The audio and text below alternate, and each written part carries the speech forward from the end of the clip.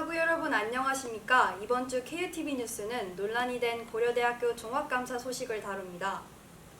먼저 인사이드 뉴스에서는 지난 겨울부터 교육부 사학감사 담당관과 지속적으로 연락하면서 이 문제를 집중적으로 다뤄온 저희 기자와 함께 종합감사의 시행 과정과 결과를 전반적으로 짚어보겠습니다. 논란이 되는 사건들 중 교수 자녀 성적 특혜 의혹에 대한 학교와 학생 측의 입장을 구체적으로 알아보겠습니다. 10월 둘째 주 KUTV 뉴스 시작합니다.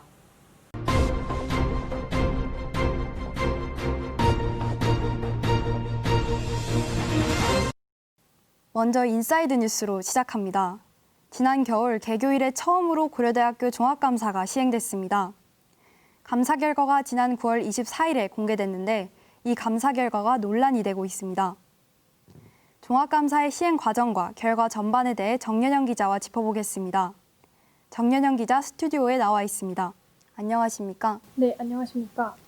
네, 2018년 진행된 회계감사 결과 총 22건의 회계 비리가 적발됐습니다. 이 회계감사와 종합감사가 정확히 어떻게 다른지 설명 부탁드립니다. 종합감사는 감사기간, 감사단 수, 감사 범위 등에서 지난 회계감사와 차이를 보입니다.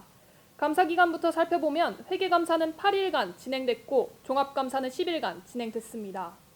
감사단의 수 또한 회계감사 9명에서 종합감사는 공인 회계사를 포함한 20명으로 증가했습니다.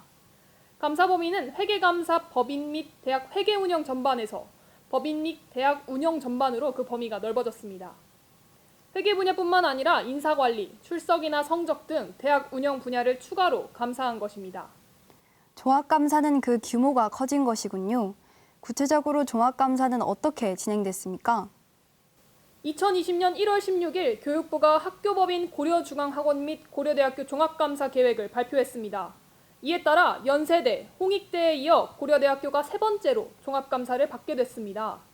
감사는 2020년 1월 29일부터 2월 11일까지 열흘간 진행됐고 이후에 추가 조사도 시행됐습니다. 1차적으로 교육부에서 고려대학교의 감사 결과를 통보했고 이에 대해 학교 측이 교육부에 재심의를 요청했습니다. 이후 교육부 내부에서 재심의를 거쳐 지난 9월 24일 종합감사 결과가 발표됐습니다. 발표된 종합감사 결과에는 어떤 내용들이 있습니까? 총 지적 건수는 38개였고 유형별로 살펴보자면 학교법인 1개, 조직인사 9개, 교비회계 5개, 입시학사 14개, 시설물품 4개, 산단회계 4개, 부속병원 1개입니다. 이는 연세대와 홍익대 각각 86개, 41개의 지적 건수에 비해 적은 수치긴 합니다.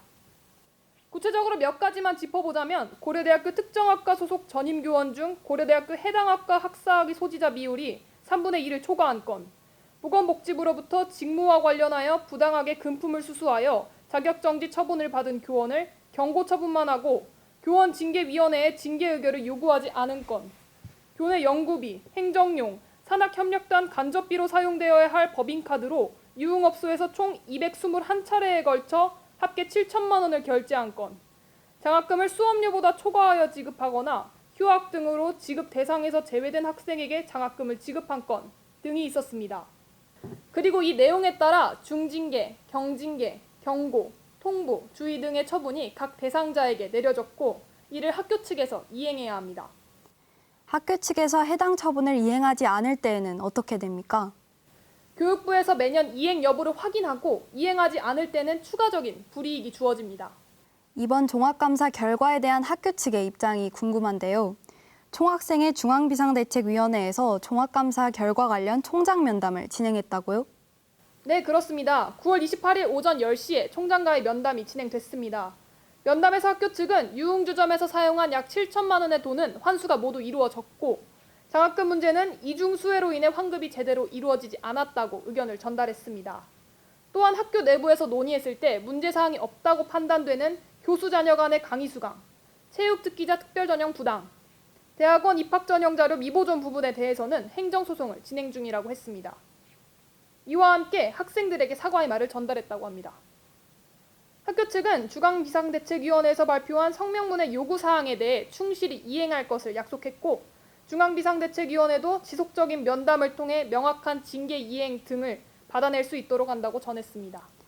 알겠습니다. 학교 측의 이행을 살피는 것이 중요할 것 같습니다.